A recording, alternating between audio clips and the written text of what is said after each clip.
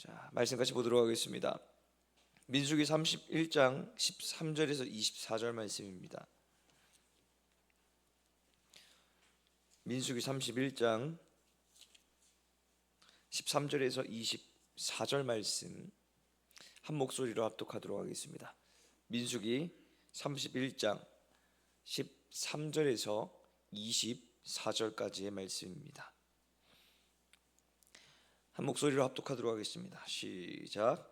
모세와 제사장 엘르아살과 회중의 지도자들이 다 진영 밖에 나가서 영접하다가 모세가 군대의 지휘관 곧 싸움에서 돌아온 천부장들과 백부장들에게 노하니라.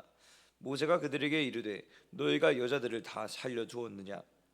보라, 이들이 발람의 꾀를 따라 이스라엘 자손을 부올의 사건에서 여호와 앞에 범죄하게 하여 여호와의 회중 가운데 연병이 일어나게 하였느니라. 그러므로 아이들 중에서 남자는 다 죽이고 남자와 동침하여 사내를 아는 여자도 다 죽이고 남자와 동침하지 아니하여 사내를 알지 못하는 여자들은 다 너희를 위하여 살려둘 것이니라. 너희는 이레 동안 진영 밖에 주둔하라. 누구든지 살인자나 죽임을 당한 사체를 만진 자는 셋째 날과 일곱째 날에 몸을 깨끗하게 하고 너희의 포로도 깨끗하게 할 것이며 모든 의복과 가죽으로 만든 모든 것과 염소털로 만든 모든 것과 나무로 만든 모든 것을 다 깨끗하게 할지니라. 제사장 엘르아살이 싸움에 나갔던 군인들에게 이르되 이는 여호와께서 모세에게 명령하신 율법이니라. 금, 은, 동, 철과 주석과 납 등의 불에 견딜 만한 모든 물건은 불을 지나게 하라. 그리하면 깨끗하려니와 다만 정결하게 하는 물로 그것을 깨끗하게 할 것이며 불에 견디지 못한 모든 것은 물을 지나게 할 것이니라. 너희는 일곱째 날에 옷을 빨아서 깨끗하게 한 후에 진영에 들어올지니라. 아멘. 자, 오늘은 민수기 31장 13절에서 24절 말씀을 통해서 흔들릴 만한 상황에서도 흔들리지 않는 영적 중심이라는 제목으로 함께 말씀을 나누도록 하겠습니다. 자, 오늘 본문인 13절에서 24절 말씀은 앞서 기록된 1절에서 12절까지의 말씀의 결과로 기록된 부분입니다. 그러므로 우리가 이 본문을 원활하게 이해하기 위해서는 1절부터 12절의 내용이 어떠한 내용이었는지를 파악하는 것이 중요합니다. 자, 1절부터 12절까지는 이스라엘이 미디안과 전투를 벌이는 것을 기록을 하고 있는데요. 전투를 준비하기 위해서 이스라엘은 지파별로 각각 1000명씩 총 12,000명의 병력을 준비합니다. 여기에 한 사람이 추가가 되는데 바로 대제사장 엘르아살의 아들 비느하스였습니다. 6절에 기록되어 있는데 성소의 기구와 신호나팔을 가지고 전쟁에 참여했다라고 기록된 것을 보면은 이 비느하스가 병사로서 기용된 것이 아니라 제사장으로서 이 전쟁에 참여했다는 것을 우리가 알 수가 있습니다. 이것을 통해서 미디안과의 전투는 단순히 어떤 자신들의 이익, 영토 확장이나 자신들의 어떤 재산을 더욱더 불리기 위한 그런 이익만을 위해서 전쟁을 벌였다는 것이 아니라 하나님께서 명령하신 영적 전투였다는 것을 알 수가 있습니다. 특별히 2절에서 이렇게 말씀하시죠. 이스라엘 자손의 원수를 미디안에게 갚으라. 왜 미디안을 이스라엘의 원수라고 하나님께서 말씀하십니까? 이것은 앞서 민수기 25장을 보면 알 수가 있습니다. 민수기 25장은 바알부를 숭배하고 제사에 가담했던 이스라엘에게 진노하신 하나님께서 연병을 내려서 24,000명이 죽었던 사건을 기록하고 있습니다. 백성들은 자신들이 잘못했다고 회막에 나와서 울며 회개하는데 이스라엘의 어떤 한 남성이 미디안 여성을 데리고 자신의 집 안으로 들어갔죠. 이에 분노한 비느하스가 창을 들고 들어가 두 사람을 죽였는데 죽임을 당한 남성은 시므온 지파의 지도자인 시므리였고 여성은 미디안 사람인 고스비였는데 미디안의 한 지파의 지도자의 딸이었습니다. 이후에 하나님께서 이렇게 말씀을 하시는데요. 민수기 25장 16절에서 18절 말씀 한번 같이 읽어보도록 하겠습니다. 같이 읽겠습니다. 시작. 여호와께서 모세에게 말씀하여 이르시되 미디안인들을 대적하여 그들을 치라. 이는 그들이 속임수로 너희를 대적하되 브우레일과 미디안 지휘관의 딸 곧 브우레일로 연병이 일어난 날에 죽임을 당한 그들의 자매 고스비의 사건으로 너희를 유혹하였음이니라. 아멘. 가나안으로 들어가 하나님의 약속을 성취할 이 이스라엘 백성들을 유혹해서 내부적으로 무너지게끔 만든 미디안을 하나님은 용서하지 않으셨습니다. 그렇기 때문에 이스라엘은 민수기 31장에 하나님의 말씀대로 미디안과 전투를 치렀고 승리를 거두었습니다. 미디안의 남자들은 다 죽였고 미디안의 5 왕과 발람도 여기에서 죽었습니다. 그러나 여인들 그리고 아이들, 가축과 재물들은 남겨서 이들이 이스라엘 진영으로 가져오게 되었죠. 여기서부터 오늘의 본문이 시작이 되는 것입니다. 전쟁을 마친 이스라엘을 맞이하러 간 모세는 이들이 데리고 온 여인들, 아이들 그리고 가축과 재물들을 보고 분노했습니다. 그 이유가 15절과 16절에 기록이 되어 있는데요. 한번 오늘 본문 15절과 16절 말씀을 같이 한번 읽어보도록 하겠습니다. 같이 읽겠습니다. 시작. 모세가 그들에게 이르되 너희가 여자들을 다 살려두었느냐? 보라, 이들이 발람의 꾀를 따라 이스라엘 자손을 부울의 사건에서 여호와 앞에 범죄하게 하여 여호와의 회중 가운데 연병이 일어나게 하였느니라. 아멘. 자, 여기 15절에 기록이 되어 있죠. 모세가 진노한 이유, 바로 미디안의 여자들을 다 살려두었기 때문입니다. 앞서 민수기 25장의 말씀을 봤을 때 이스라엘이 하나님을 떠나 바알보를 섬겼던 이유가 1절에서 3절 말씀까지 기록이 되어 있는데요. 내용을 보면 이렇습니다. 이스라엘은 모압 여자들의 이 유혹에 빠져서 이들과 음행하기를 시작했고, 그 여자들이 자신들의 신에게 가서 제사를 드릴 때 이스라엘 남성들을 초대했습니다. 이스라엘은 유혹에 빠져서 그곳에 가서 먹고 그들이 섬기는 신들에게 머리 숙여 절했습니다. 그렇기 때문에 민수기 25장 3절을 보면 하나님께서 이스라엘에게 진노하셨다라고 말하고 있죠.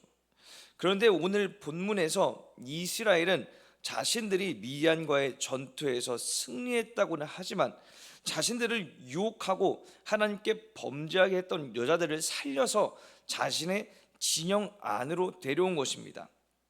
어떻게 보면 이스라엘에게 있어서 하나님께서 연병을 내리셨던 그 화의 근원을 이스라엘 내부로 데려왔으니 모세가 이를 바라봤을 때 얼마나 기가 찬 모습이었겠습니까? 그러므로 모세는 어떻게 말하느냐? 17절과 18절에 이렇게 기록이 되어 있습니다. 한번 같이 말씀을 보도록 할까요? 같이 읽겠습니다. 시작.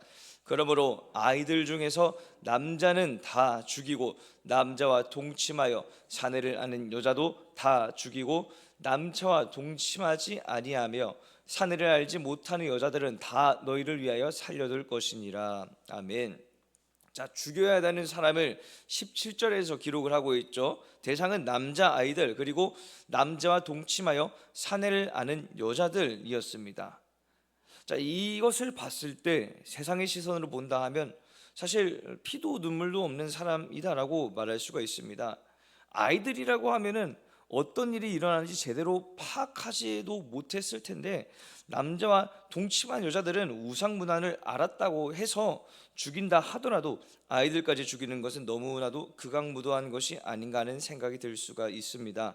그러나 이것은 앞에 있는 현재 당면한 상황 외 그런 시선으로 봤을 때만 나타나는 문제고, 먼 미래를 보았을 때 과연 이렇게 잡혀온 남자들이 성인이 되고 나서 자신들의 부모를 죽인 자, 자신들의 나라를 멸망시킨 자들에 대해서 그 마음 가운데 분노를 품고 복수하지 않겠냐는 말입니다. 나중에 이 아이들은 이스라엘의 시스템을 무너뜨릴 수 있는 힘이 생길 수가 있는 것입니다. 충분히 자신들의 나라를 멸망시킨 이스라엘 향해 분노할 수 있는 이들을 모세는 일찍이 제거해 버린다는 것이죠. 그래서 모세는 이것을 알고 있었기 때문에 남자아이들까지 모조리 죽이라고 명령을 했습니다. 여러분, 이를 통해서 우리는 무엇을 할 수가 있습니까? 최선으로 지켜야 할 것은 바로 영적 중심인 것입니다. 영적 중심은 흔들리지 말아야 합니다. 견고하게 지킬 수 있을 때 지킬 수 있어야 합니다. 그러나 인간적인 감정이 들 때가 있죠. 연민, 동정 등의 이런 마음이 들 때면 굳건한 결심이 때로는 흔들립니다. 하나님께서 굳건하게 지키라고 말씀하셨는데 하나님은 사랑의 하나님이시지 않으신가? 굳이 이렇게까지 극악무도하게 이런 일들을 행해야 하는가 하는 생각이 들면 결국에는 타협점을 찾을 수밖에 없습니다. 그러나 이는 옳은 판단이 아니죠. 말씀을 봤을 때 하나님께서는 이스라엘에게 이미 말씀하셨습니다. 민수기 25장 17절을 보면 미디안인들을 대적하여 그들을 치라라고 말씀하셨는데요, 여기에서 대적하여 그들을 치라라고 말씀하신 것은 누구는 죽이고 누구는 살려서 데려오라라는 그 말씀이 아니라 모조리 멸절하라라는 뜻이었습니다. 그러므로 인간적인 감정이 들어가면은 하나님의 그 명령에서 우리의 생각을 더하는 꼴밖에 되지 않습니다. 하나님의 그 완전하신 명령을 우리는 어길 수밖에 없게 되는 것이죠. 그러므로 인간적인 감정으로 인해 중심이 동요하게 된다면 이는 결국 하나님의 말씀을 올바르게 이행하지 못했다는 결과를 가져오게 됩니다. 우리는 신앙인으로서 바른 신앙을 지키고 행해야 합니다. 그러기 위해서는 양보할 수 없는 것을 양보해서는 안 되는 것이죠. 흔들릴 수 없는 상황에서 흔들리면 안 되는 것입니다. 여러분, 영적인 이런 전투 상황은 마치 전쟁과도 같습니다. 전쟁 상황에서 적군이 아군을 공격하는 와중에 적군도 하나의 생명이라고 하면서 소중히 생각해야 한다고 하며 싸우기를 주저한다면은 내가 죽든가 아군이 죽든가 하게 되는 것입니다. 이것을 기억하시고 우리들의 영적 중심, 그 안에서 확실한 분별력을 세워서 배척하고 버려야 할 것들에 미련을 갖지 않은 결단을 세우시는 저와 여러분 되시길 주님으로 축복합니다. 자, 계속해서 본문 말씀을 보도록 하겠습니다. 19절과 20절 말씀을 한번 같이 보도록 할까요? 19절 20절 말씀입니다. 함께 읽겠습니다. 시작. 너희는 이레 동안 진영 밖에 주둔하라. 누구든지 살인자나 죽임을 당한 사체를 만진 자는 셋째 날과 일곱째 날에 몸을 깨끗하게 하고 너희의 포로도 깨끗하게 할 것이며 모든 의복과 가죽으로 만든 모든 것과 염소털로 만든 모든 것과 나무로 만든 모든 것을 다 깨끗하게 할지니라. 아멘. 자, 모세는 군대를 향해서 이렇게 말합니다. 이레 동안 진영 밖에 있으면서 사람을 죽였거나 죽인 사람을 만진 자는 셋째 날과 일곱째 날에 몸을 깨끗하게 하라라고 말이죠. 여기에는 포로들 뿐만 아니라 옷과 가죽들 그리고 나무로 만든 모든 것들도 다 이런 의식을 거쳐야 한다고 말하고 있습니다. 그러나 한번 생각해 보십시오. 아무리 전쟁에서 승리했다고 하더라도 이들은 적군과 전투를 하고 온 상태입니다. 그 말인즉슨 얼마나 힘들고 고된 상태라는 말이겠습니까? 물론 이번 전투는 49절 말씀을 보면 놀랍게도 그 12,000명의 병력 중에서 한 사람도 죽지도 않고 한 사람도 실종되지 않은 완벽한 승리였습니다. 하나님의 은혜로 이들은 이러한 육적인 전투에서도 영적인 전투에서도 미디안에 향하여서 완벽한 승리를 거두게 된 것이죠. 그럼에도 마음 가운데는 집에 두고 온 부모님과 아내, 자식들이 있는 사람들이 많았을 것입니다. 하루빨리 집에 돌아가서 가족과 함께 있고 싶었던 그런 마음이 굴뚝 같았을 것이란 말이죠. 하지만 이들은 모세의 명령에 따랐습니다. 진영 밖에 이레 동안 있으면서 그들 자신을 깨끗하게 했습니다. 더해서 엘르아살이 말한 정결 의식도 수행했는데요, 21절부터 기록된 말씀을 보면은 불에 견딜 만한 종류인 금, 은, 동, 철, 주석, 납과 같은 이런 금속 종류들은 불에 넣었다가 꺼내라는 말과 일곱째 날에 옷을 빨아서 깨끗하게 하라는 그 말도 순종했습니다. 전쟁에 참여한 12,000명의 군사들은 모두 모세와 엘르아살의 말에 따랐습니다. 여러분, 이를 통해서 우리가 알 수 있는 것이 무엇입니까?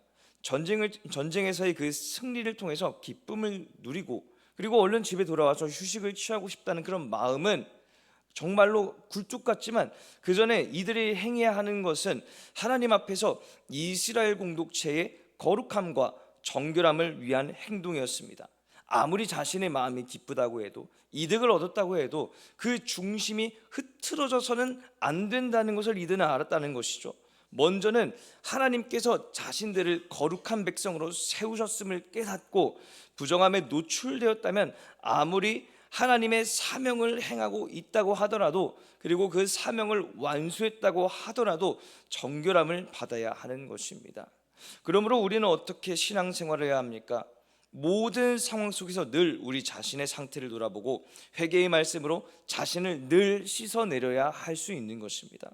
그러므로 승리를 만끽하고 있는 그 기쁨의 상황에서도, 하나님의 사역을 완수하고 있는 그 상황에서도 항상 우리의 영적 중심은 하나님의 말씀으로 정결한 상태인가, 아니면은 외부의 어떠한 요인으로 말미암아서 부정을 입은 상태인가를 우리는 항상 분별할 수 있어야 하는 것입니다.